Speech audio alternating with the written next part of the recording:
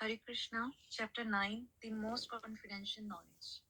The Supreme Personality of Godhead said, My dear Arjuna, because you are never envious of me, I shall impart to you this most confidential knowledge and realization, knowing which you shall be relieved of these miseries of material existence. This knowledge is the king of education, the most secret of all secrets.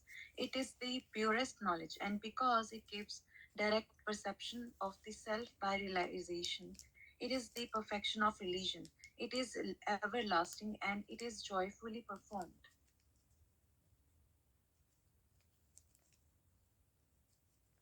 Those who are not faithful in this devotional service cannot attain me or conqueror of enemies. Therefore, they return to the path of birth and death in this material world. By me, in my unmanifested form, this entire universe is pervaded. All beings are in me, but I am not in them. And yet, everything that is created does not rest in me. Behold my mystic opulence, although I am the maintainer of all living entities, and although I am everywhere. I am not a part of this cosmic manifestation, for myself is the very source of creation. Understand that as the mighty wind blowing everywhere rests always in the sky, all created beings rest in me. O son of Kunti, at the end of the millennium, all material manifestations enter into my nature, and at the beginning of another millennium, my potency, I create them again. The whole cosmic order is under me, under my will. It is automatically manifested again and again, and under my will, it is annihilated at the end. O Dhananjaya, all this work cannot bring me. I am ever detached from all these material activities, seated as though neutral. This material nature, which is one of my energies, is working under my direction. O son of Kunti, producing all moving and non-moving beings. Under this, under its rule, this manifestation is created and annihilated again and again. Fools deride me when I descend in the human form. They do not know my transcendental nature as the supreme lord of all that be. Those who are thus bewildered are attracted by demonic and atheistic views. In that deluded condition, their hopes for liberation, their fruitive activities, and their culture of knowledge are all defeated.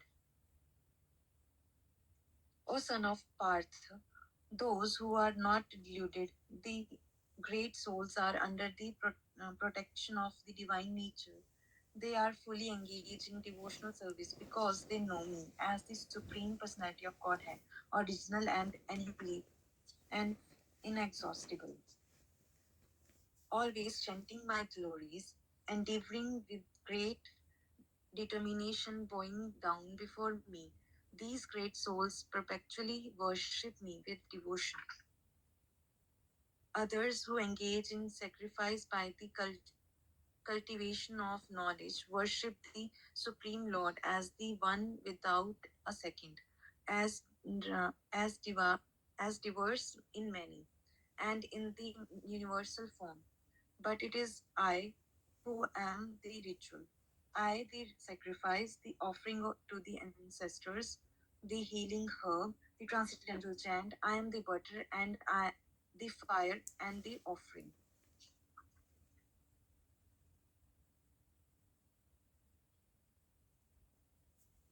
I am the father of this universe, the mother, the supporter of the grandsire.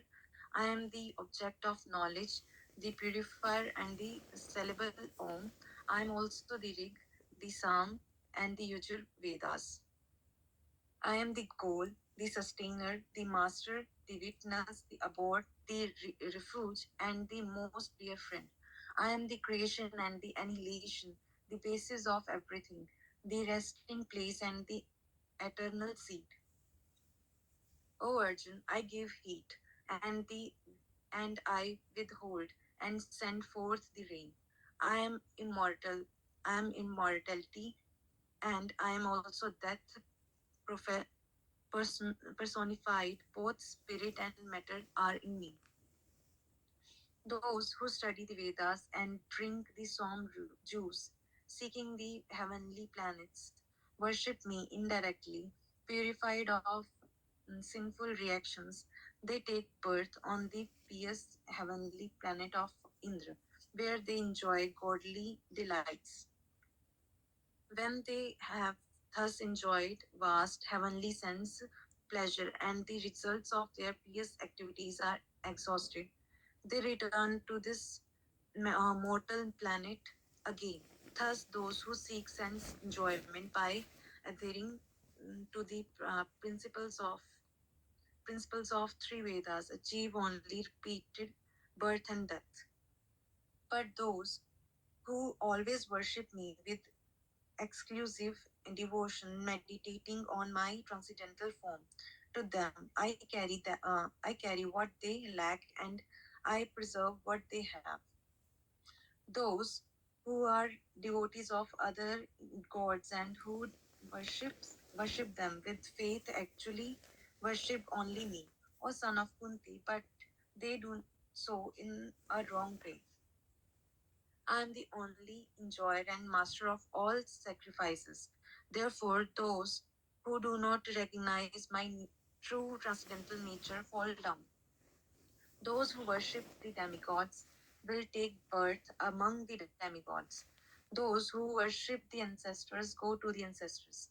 Those who worship ghosts and spirits will take birth among such beings, and those who worship me will live with me. If one offers me with love and devotion a leaf, a flower, a fruit, or water, I will accept it. Whatever you do, whatever you eat, whatever you offer or give away, and whatever austerities you perform, do that, O son of Kunti, as an offering to me. In this way, you will be freed from bondage to work and its auspicious and inauspicious results. With your mind fixed on me, in this principle of renunciation, you will be liberated and come to me. I envy no one, nor am I partial to anyone. I am equal to all, but whoever renders service unto me in devotion is a friend, is in me, and I am also a friend to him. Even if one commits the abominable, most abominable action, if he is engaged in devotional service, he is to be considered saintly because he is properly stated in his determination. He quickly becomes righteous and attains lasting peace. O son of Kunti, declare it boldly that my devotee never perishes. O son of Parth, those who take shelter in me, although they be of lower birth, women, Vaishyas, and Shudras, can attain the supreme destinations. How such more? This is so of the righteous Brahmins, the devotees and the saintly kings. Therefore, having come to this temporary miserable world, engage in loving service unto me. Engage your mind always in thinking of me. Become my devotee, offer obeisances to me, and worship me, being completely absorbed in me. Surely you will come to me.